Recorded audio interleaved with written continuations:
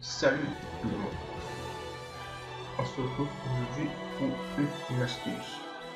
Aujourd'hui, je vais vous montrer des choses que peut-être vous ignorez et pourtant qui sont pourtant très pratiques. Alors, le saviez-vous? Bon, tout d'abord, est-ce que vous saviez que Excel vous donne la possibilité d'avoir des informations sur des fonctions dont vous avez besoin et également de faire des recherches de fonctions que vous avez besoin et que vous avez peut-être oublié la syntaxe. Alors, nous allons le voir.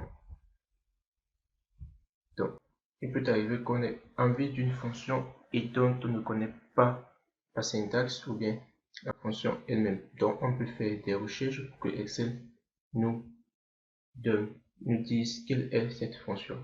Bon, supposons que nous voulons une fonction qui donne la valeur absolue. Si vous allez taper peut-être égale valeur, là vous allez voir, ça ne va, aucune de ces fonctions ne va vous donner la valeur absolue. Parce que tout simplement parce que la syntaxe ou bien la fonction valeur absolue ne commence absolument pas par valeur. Donc, raison pour laquelle on peut donc utiliser cette recherche d'Excel. On va là dans autre fonction. Et là, ça nous permet également de faire une recherche de fonction. Là, on va taper juste valeur absolue.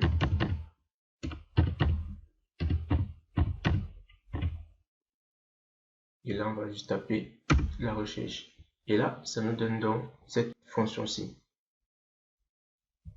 Et là, si vous avez également besoin de l'écart type,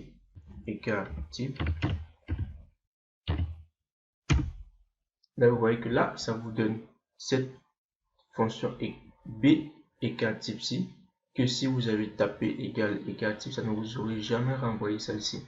Pourtant, c'est une fonction de l'écart type très pratique.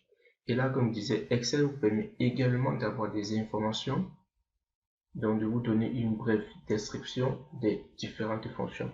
Là, vous voyez, là, vous avez peut-être BD égale type. Là, ça vous donne ici une description de la fonction.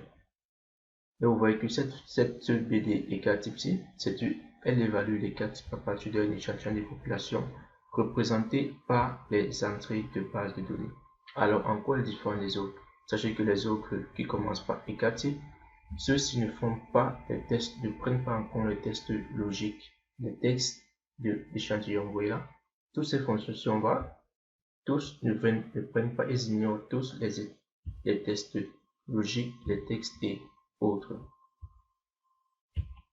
Donc, c'était tout pour aujourd'hui. Si vous avez aimé cette astuce, je vous prie donc de mettre un petit pouce pour les encouragements, de vous abonner pour pouvoir consulter les précédentes astuces très pratiques et pouvoir également suivre les prochaines qui arriveront.